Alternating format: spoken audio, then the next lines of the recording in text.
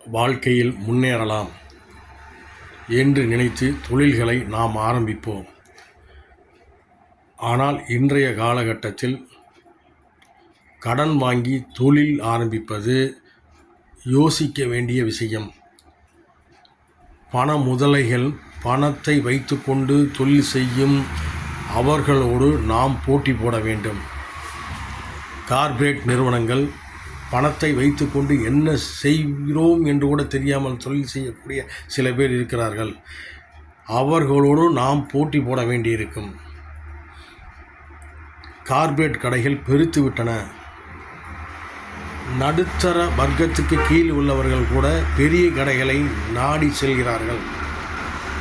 சிறிய கடைகளை நிறைய பேர் தவிர்த்து விடுகிறார்கள். சிறிய கடைகளில் பொருள் தரமாகவும் இருக்கிறது. சிறிய தொழில் நிறுவனங்கள் நன்றாக வேலையும் செய்கிறார்கள். ஆனால் ஏனோ பொதுமக்கள் அவர்களை தவிர்த்து பெரிய கடைகளை நாடுகிறார்கள். அது ஏன் என்று தெரியவில்லை.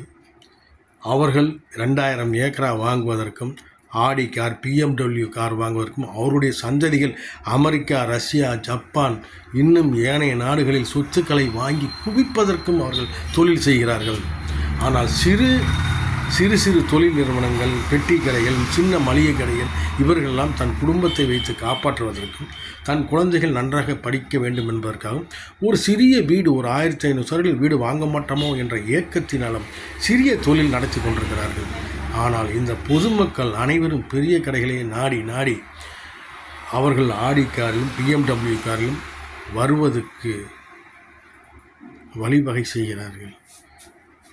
இந்த சிறு கடைகள், சிறு தொழில் நிறுவனங்கள் நலிந்து விட்டால் நாளைக்கு அவர்கள் நீங்கள் நினைத்தது மாதிரி குறைவாக எதையும் தரமாட்டார்கள். அதற்கப்புறம் அவர்கள் வைத்தது தான் விலை என்பதை பொதுமக்கள் உணர வேண்டும். சிறியவர்கள் நாங்கள் இருக்கும் வரை தான் உங்களுக்கு அவர்கள் குறைந்த விலையில் பொருட்களையும் குறைந்த விலையில் தொழில்களையும் செய்வார்கள். கார்ப்பரேட் கடைக்காரன் ஒன்றும் இழிச்ச வாயன் இல்லை.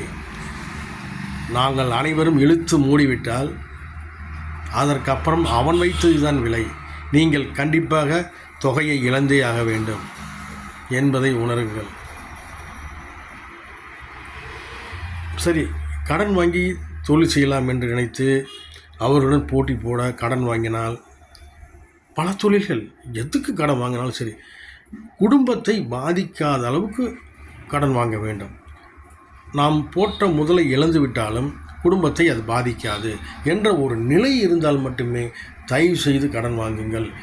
இதில் சம்பாதித்து குடும்பத்தை காப்பாற்ற வேண்டும், கடனை அடைக்க வேண்டும் என்ற ஒரு நிலை இருந்தால் தயவு செய்து கடன் வாங்கி தொழில் செய்யாதீர்கள். ஏன் எனக்கு சொல்ல வேண்டும் என்று தோன்றுகிறது என்றால், நிறைய பேர் கடனை வாங்கிவிட்டு தற்கொலை செய்து கொள்வார்கள். மிகவும் வருந்தத்தக்கதாக இருக்கிறது. சரி, எனக்கு இன்னொரு வகையில் மனம் நெருடுகிறது. நல்லா சம்பாதிச்சா அவர்களிடமிருந்து வரி, இன்கம் டேக்ஸ், சேல் டேக்ஸ் என்று கேட்டு பிடுங்கி விடுகிறீர்கள். சரி, நலிந்து விட்டால் அவரை யார் காப்பாற்றுவது? அந்த குடும்பத்தை அரசாங்கம் காப்பாற்றுகிறதா? ஏன் அரசாங்கம் காப்பாற்றவில்லை? அவர்கள் நஷ்டமாகிவிட்டார்கள். அவரால் கடனை அடைக்க முடியவில்லை. அப்போ அரசாங்கம் அவர்கள் கை கொடுக்க வேண்டுமல்ல? அந்த குடும்பமே தற்கொலை செய்து கொள்வதென்றால் அரசாங்கம் தான் பொறுப்பேற்க வேண்டும். இவர்கள் சம்பாதிக்கும் போது இன்கம் டேக்ஸ், சேல் டேக்ஸ், இதர டேக்ஸ், அது இது என்று சொல்லி அவர்களிடமிருந்து பணத்தை பிடுங்குவதற்கு நீங்கள் எவ்வளவு வரிகளை போட்டு பிடுங்கி சக்கையாக பிழிகிறீர்கள்.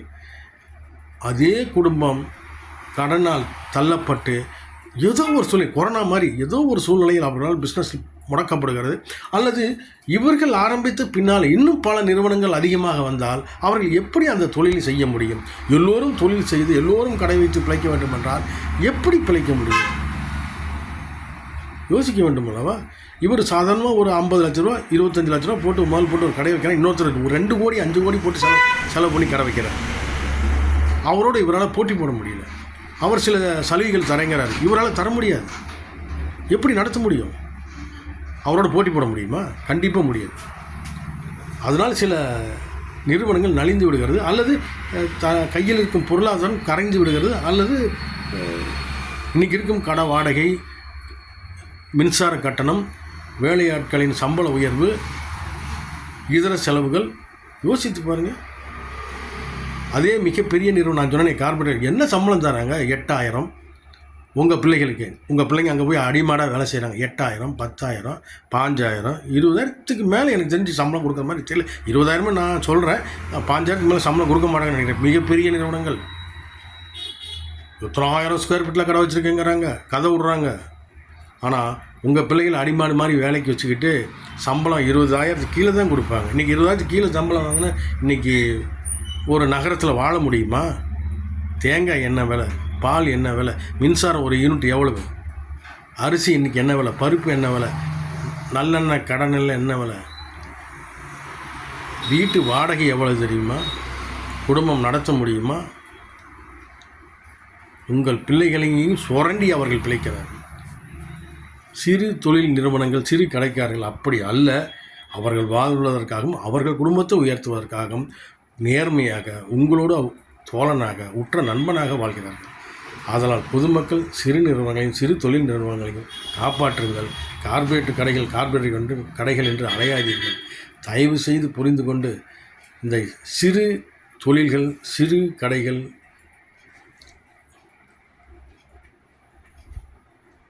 இவர்களை காப்பாற்ற உதவுங்கள். நிறைய தற்கொலையை தடுத்து நிறுத்துங்கள்.